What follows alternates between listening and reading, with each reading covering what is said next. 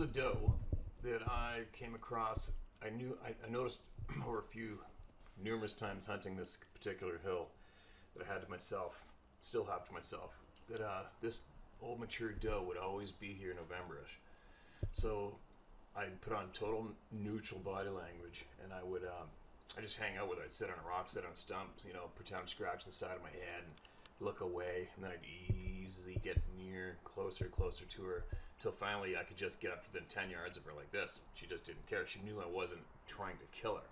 And I knew that if I kept this relationship going, eventually a buck would come around when I was with her.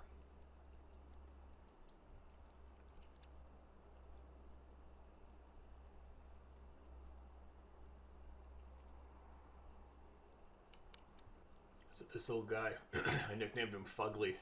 She showed up finally, and he came in from the side. I was bow hunting, and I kept my presence unknown to him as best I could. But once he saw me, he was definitely the more nervous of the two. He didn't want nothing to do with me, and he would kind of nudge her along, and he changed the energy. He caused a bit of a nervous energy in the air, and that caused her to get up and move around.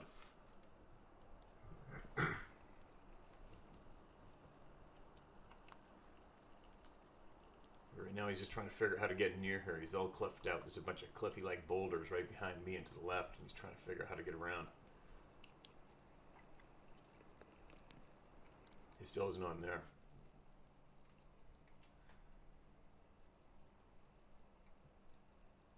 So what I did was I always have a camera in my pocket as well in my backpack, and every time I see wildlife, I always pull it out, and if I can, I try to get a video of them. So I just kept on videotaping them as much as I could. Kept on videotaping, and I followed them around. So I would wait until they moved off out of sight, like he's doing now consistently.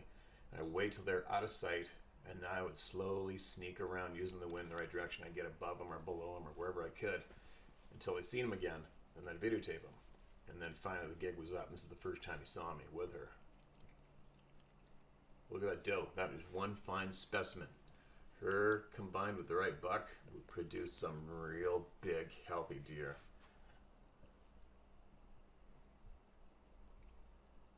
So you can see here, he's nervous now. Now he's seen me, and he's the first one to start leaving her. He's like, I don't think I like this guy. Come on, we should probably get out of here. And he's looking back, checking me out, seeing if I'm pursuing him or not. She doesn't care. You can see her ears. She's listening to me, but she doesn't care about me. But he's confused. He doesn't get it. So what's going on? How come we're not taking off? But he's full on rut. I mean, this guy is absolutely rutted up. Look at his neck right there. Absolutely rutted right up. And he's been around forever. This is an ancient, reverted, old buck. He knows better. But that doe, acting the way she is confusing to him. But still, he wants to get away from me. He doesn't want me around.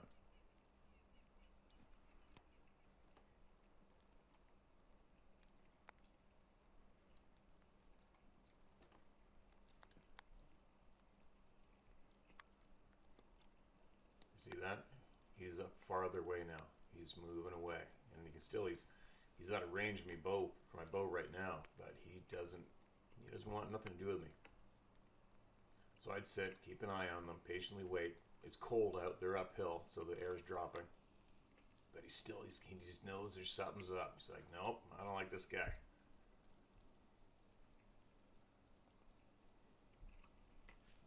So they take off, and then I'd hike up farther until I got a view of them. Then I'd sit back, and I'd crank up the camera, and I'd start videotaping again.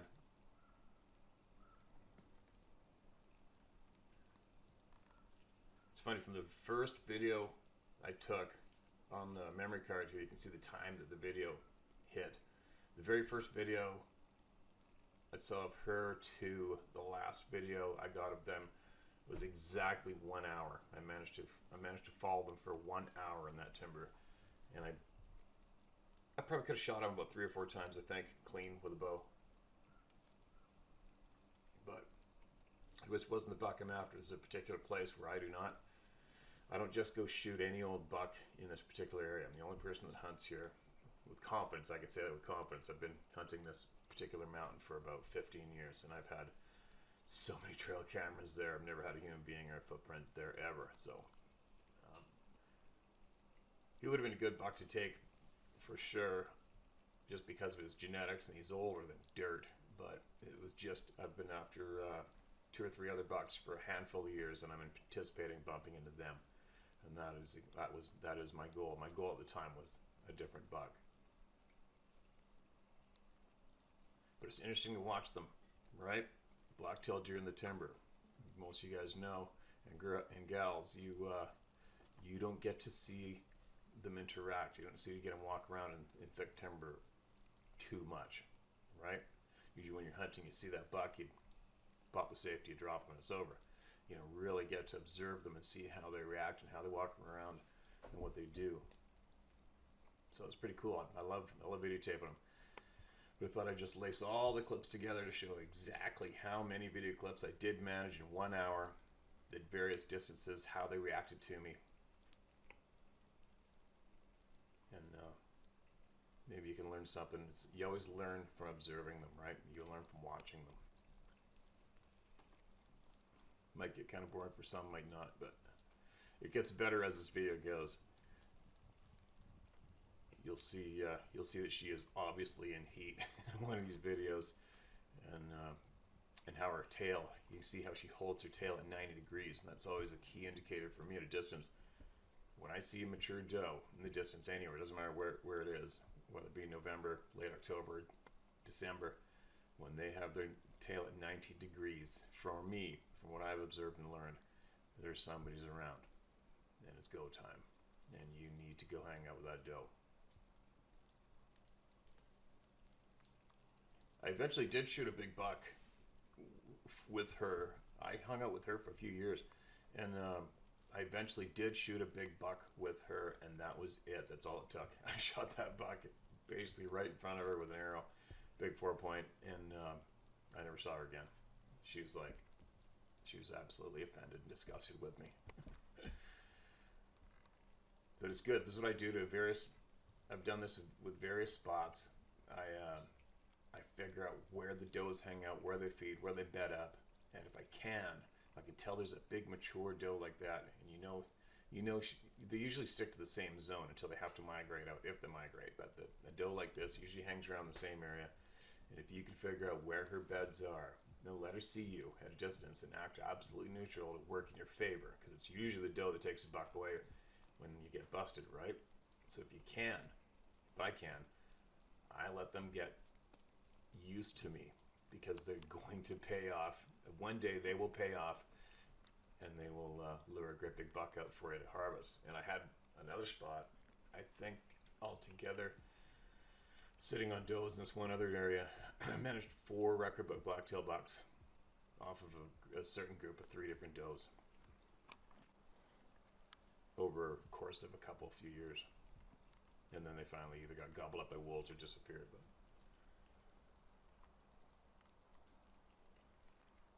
this guy's not liking me. And I'd wait a little while, and I would sneak up until I could just see a piece of the animal, and I'd start videotaping again using the cover.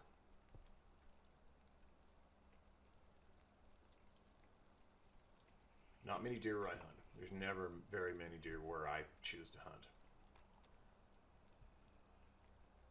So unfortunately, I never ran into I didn't see one other deer or one other fresh print while I followed these 2 deer for an hour.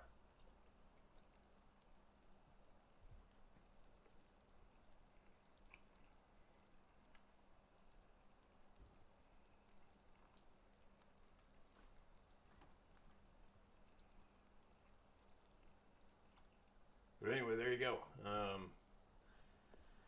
Usually a lot more clips to the end, but I thought I'd just lace them all up and show an example of exactly what happens when you follow them around. Use your neutral body language. Don't push them too far. And it's just a great example of how I explain to people how I follow them. I follow them as long as I can. Like when I run into a doe, I will follow a doe or 2 does as long as I can. And this is a great example to show how far back I will be and what the terrain is like and the cover I use. You can tell the cover between me and them when I'm videotaping and standing still. But anyway, I just came across this in one of my external drives, and I thought, what the hell? I'll lace up all these clips together, and I'll give everybody an example of what body language does to a deer, especially after you've exposed them to it more than a few times. It shows what happens to that animal and you, right? They tolerate you, and then it also shows exactly what I'm anticipating is all of a sudden a buck coming out of nowhere, and exactly how the interaction goes down, how long they'll stand around. And it gives you an idea as well as that it shows that you don't have to panic. You know, when you see that buck, you don't have to frankly panic. Get that safety off, because as long as you keep your shit together and you don't get all jittery and move and stare them down like a full-on predator, you're going to get numerous opportunities to make that clean one-shot kill to harvest your game animal, right? But anyway, there you go. Watch to the end if you want or not. Hope you possibly learned something from this. And if not, if you like black-tailed deer hunting like I do, you're going to enjoy the video clips of these two interacting in the timber.